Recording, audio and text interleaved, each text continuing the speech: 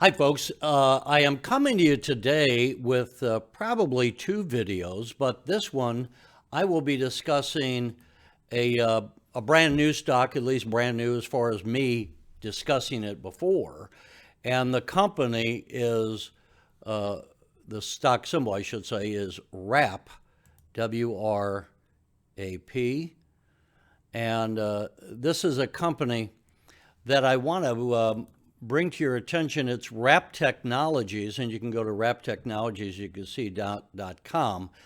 And what this is a play on, in the wake of the George Floyd situation, in the wake of so many other recent shootings of individuals, as well as just things that we all know. We know, and we all hear in our own communities where, you know, some person shoots their family, or people get stressed out and they do crazy things. And normal people, for whatever reasons, go out and either harm themselves or harm others. And these are people who are not lifetime criminals. And the point is, the police often have only deadly force to use. Now, one of the things that obviously the police departments can use is a taser gun, and that's been, had a lot of success around the world. So what's interesting here is this company. I'm going to show you a video from the company website, and it is a way of deploying a new technology that shoots a rope out to keep the suspect from either running away or from approaching an officer. Here's a look.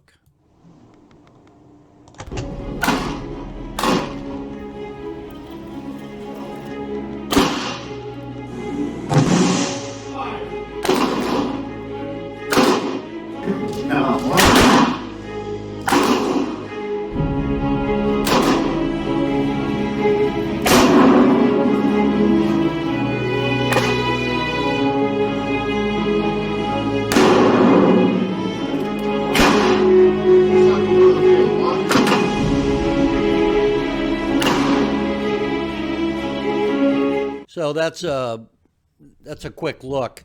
The company is BolaWrap, and again, it shoots out, as you saw, a rope and stops someone, and without using lethal force. So I could see where a lot of, instead of saying let's defund the police, which is, in my estimation, a really stupid idea, frankly. I mean, it's so stupid, I can't believe elected officials are saying this. And if that offends you, then it offends you. I just think we got to have responsible discussion of law enforcement. This is a response to how do we stop someone endangering themselves or endangering others or endangering police officers, and it's a non-lethal force. So you can see the high for the year is $14 the last 52 weeks is $14.40. The low is $4.10. As I record this, the current price is just below $6. I actually heard of this yesterday from my son, Thomas, and I bought about 30 shares at $6.10. Now, one of the things that was driving the stock up, and you see it's up 14 cents at the moment. If we look at a 5-day chart, you can, let's go to a 1-day chart for a minute. You can see that it was down earlier to $5.39, and then shot up. And of course, I happened to buy it almost at the very high.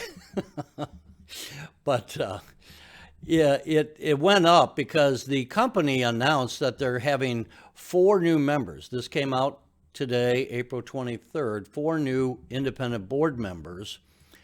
And I think that's what drove the price up a bit. You look at number 1, I believe that's Jeff Kalowski, if I'm saying that right. And if you notice, from June of 2010 to December of 2014, he was the chief operating officer of Axon Enterprises.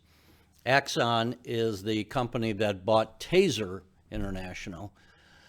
The other thing is this company, one of the people who's been involved in this here is Mr. Smith, who was the founder of Taser, one of the founders of Taser. Now, I'll tell you that back in July of 2016, I suggested to a friend that she invest in Taser. At the time, it was $29 a share. And it shot up to, at one point, about $200. I haven't, now Taser is Accent, okay, so that's, again, whoops, AXON, and let me bring that up real quick. So that was 29, it's now $154 a share. Now, when we have a company that is at $6 approximately, and I just showed you it was just below 6, you know, it could have a lot of room to run. Let me go back to, and again, the symbol on this is W, it's the word wrap, W-R-A-P. So we're having a couple of issues here. You can see on the right side that they're not hitting always their, you know, they had their projections. The estimate was 7 cents. They actually lost 9 cents. That was in the second quarter, I think that is, of 2020. So then the third quarter, they again missed their projections, thinking they were going to make 8 cents. They lost 11 cents. They made their estimation there in the fourth quarter, and we don't have the first quarter of 2021. They're losing money, which is a problem, and that's mentioned in the annual report. You can see their losses are growing. Here they lost $12.5 million. They had income of $3.9 million. And they say in their annual report that they're going to have to raise more money, which could water down, dilute the current shareholders, so that they may well have to have another stock offering to raise money to continue operations. So I'm not necessarily, I bought 30 shares just to kind of have a position. I'm not necessarily telling you to jump in on this. I think it is something to be aware of given the current state of where we are with law enforcement. And I think sincerely, it would be a good idea to have more non-lethal tools. Now, there's a number of challenges here. If you're going to have a taser, which has proved to be, I think, as a layman, seems to be fairly good, are you going to want to have a gun and a taser and a wrap on your belt? I mean, how many of these can officers, you know, go out with? The other thing is, if you're talking about tight money, and if the police force is having budget cutbacks, and recently New York cut like $1 billion out of their police department, well, is the police department going to have the finances to go out and buy new tools like wrap? So there's challenges here, and I'm not trying to make this sound like it's just rosy and going to the moon. But I could see that if the federal government, under Joe Biden, and they're talking, as you know, about reimagining police, which I think is a silly term too. But if you're going to reimagine something, then maybe they might, the Biden administration might push to say, let's give some money to police departments so that they can acquire more non-lethal tools. It's, as I said, it's been up to $14 in the last 52 weeks. You see it was higher in the $6 range. Let's go to a 1-year chart here. And you can see it ran up pretty high back in July. And that was probably, I think, in response to the George Floyd shooting. So you could have, when we talk about money in politics, that's kind of what I'm talking to you about here. You could have a confluence of politics on policing where they're going to the powers that be, the Congress and the administration, might want to put money into more non-lethal. The other thing I should have brought up is that the company also has acquired recently a virtual reality, and so they're using their virtual reality to provide training for different police departments in different scenarios. So we'll have to see if that pans out. It's kind of a new thing, I think, for them.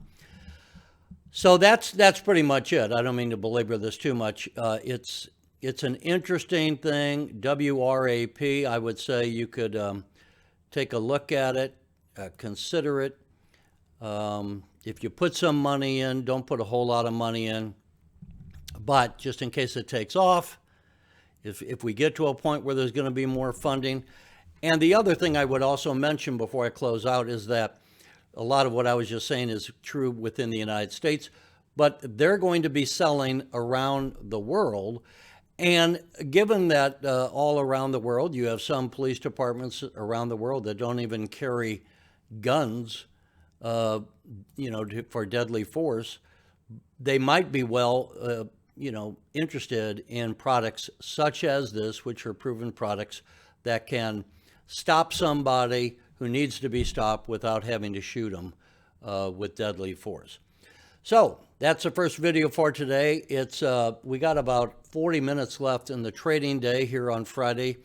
We'll take a look at what Humble is doing later after the market closes, so I'll be back with you. In the meantime, hope you're having a great day. If you want to give this a like, please do. If you want to share it, do that. And if you haven't subscribed and you want to subscribe so that you know when I put out a new video, do that as well. Thanks, everyone. Have a great weekend if we don't talk before then.